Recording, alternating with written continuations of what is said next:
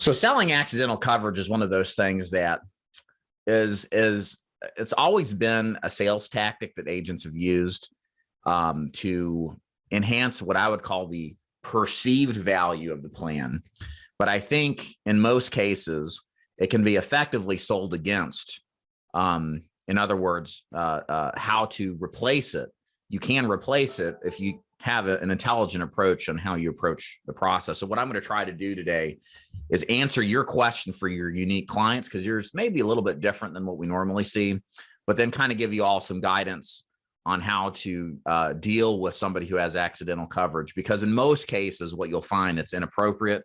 It is not really, once the client understands how it works, is not something they really want. So what's the problem with accidental coverage? Well, first of all, if you actually look at the policy itself, the accidental death and dismemberment plan, most have a restriction on when the death benefit can be paid out. The client, in other words, has to die after a certain period of time, before a certain period of time for the I'll call it the accidental plan just to be more brief. Before a certain amount of time before the accidental plan will pay off. So here's a perfect example. Your client, and also in many cases, what one would consider to be an accident may not necessarily be an accident, as argued by the insurance company. So I'll hit both of those. So let's say you have a client who gets in a bad wreck. They end up on a ventilator. They're in a nursing home. They're in that home for a year. They finally succumb to their injuries.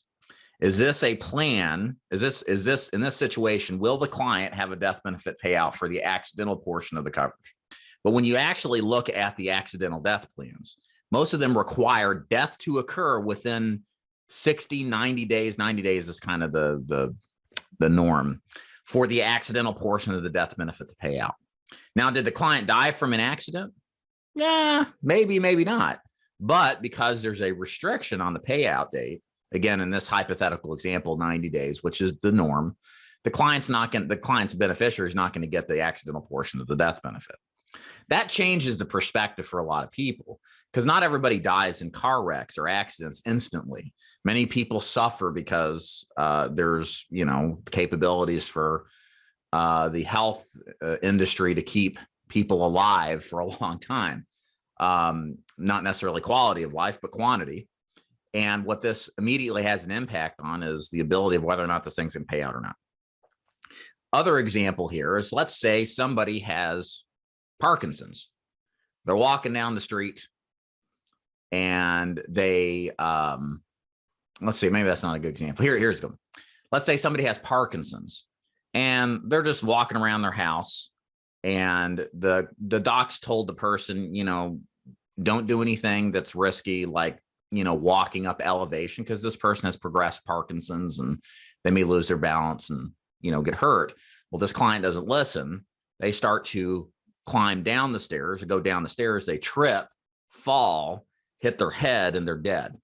Is this a client that died from an accident? And in other words, more specifically, will the accidental death benefit pay out in this example? Well, I would argue no in most cases. Why?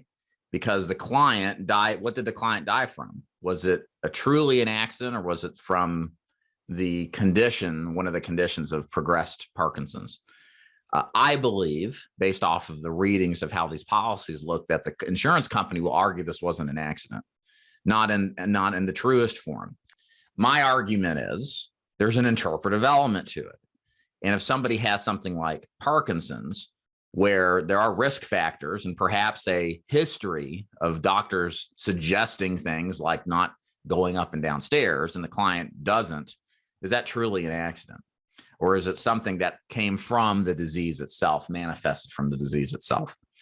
So all of this is to say, why am I going through the minutia of this? It's because I don't personally believe in selling accidental coverage. I think if you sell accidental coverage as a final expense agent, given these circumstances, to where the client, the truth behind most circumstances where accidental death manifests from, where people will linger a long time, or the potential contestability of the policy if the client dies of an accident related to a natural cause, is it truly really an accident? You're setting yourself up to sell a subpar product. And if you think about it, that's exactly why it's so cheap to get an accidental policy. Many of these plans, it's just a couple of bucks more to double indemnify or triple indemnify. That means doubling or tripling the size of the accidental portion. It's cheap to do it, but its impact on the perception that the client has makes the plan look a lot better than it actually is. And usually in these circumstances, the explanations I've gone through with you have not been gone through with the client. The client doesn't know this. The client just sees, it's like, wow, $120,000. Wow, that's incredible. That's what they hear because we're human and we don't know all the facts. And if we're deprived of them in the sales process, then this is how we'll interpret it. Okay.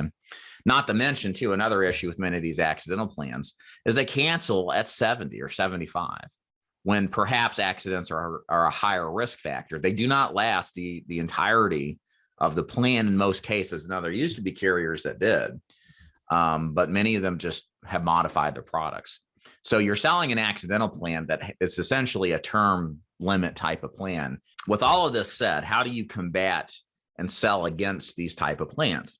If somebody's been sold an accidental plan, what I would try to do is I would tell them the truth of the accidental plan. And then I try to still replace based off of price, getting them more bang for their buck for their investment, okay, and their premiums, and see how they feel or respond to the accidental issue. Most people, in my experience, respond with disgust because at the crux of the problem, the client was deprived of an explanation.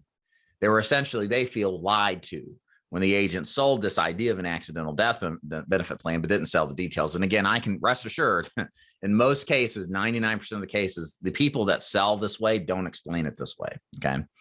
So you provide them valuable information that changes their perspective. And usually that results in an emotional response like, this guy's a liar. What else would he lie about? This is just the beginning as liars typically lie more. And why would you want to do business with somebody who wouldn't be this transparent with you like you're being, right? So again, not to say that accidental is necessarily inherently bad. It's just that our clients are deprived of these explanations. And in many cases, when they are and they realize the truth, they don't like it. So what's the solution? Well, you put them now in a state of being angry, frustrated, emotional. Now you can offer them something better. Now that they better understand their options, perhaps now they'll be more inclined to purchase that whole life plan that only has accidental death equivalent to the natural death. But instead of spending X amount for 40, maybe you can get them 45 or 50. Perhaps you could, at certain ages, if their health is good enough, maybe you sell them a term plan. So there's also that option as well. Maybe you can sell them the accidental plan that comes with natural death too for the same price. Maybe you can kind of just look at this situation a little bit differently, do a little bit more fact finding and find out maybe a term policy is appropriate. Now, it's only because you mentioned somebody in their 40s. Perhaps that is a better option for the money. At least you can give them some permanent coverage and then toss out the crappy accidental plan and at least give them some term, so it's covered for natural and accidental. That's an idea. The older person, perhaps the same argument, if not exactly the same argument, at least along the lines of maximizing death benefit. So, or, there's some other angles too, guys, like in the replacement strategy. I didn't do this much, but perhaps you take the money that was spent on the accidental death benefit and you put it into something like children's coverage. Maybe there's some plans out there with children's term riders that you could exchange the accidental death benefit and you get your clients' kids or grandkids. So there's different ways to approach this arrangement to where you can leverage it in some different way. Again, but the point is, and this is the larger issue at hand here with the client. The client has probably been misrepresented to, or the agent has willfully not mentioned critical elements of the plans that would have made a big difference in their decision to buy or not. And the fact that you're coming in there and you're being transparent, you're showing the reality this is the crux of why somebody will replace. I found this very commonly when I was replacing coverage. People just didn't do it. And I spent a lot of time on getting the client a better policy, getting them a better price. It's not just that. The real issue with a lot of these people is they don't feel quite right with the person that sold the policy to them. And we've kind of satisfied this inherent bias they had against this person for whatever reason. And they're like, I knew there's something wrong with this. They just didn't like the guy or gal. And we've now, and many times that intuition has come with a bad plan they were sold. So we've kind of confirmed that perspective. And that gives us that momentum for them to do business, because it's not just about the coverage, guys. It's about working with somebody they can trust. It really is. Okay. That's why we spend so much time educating our client.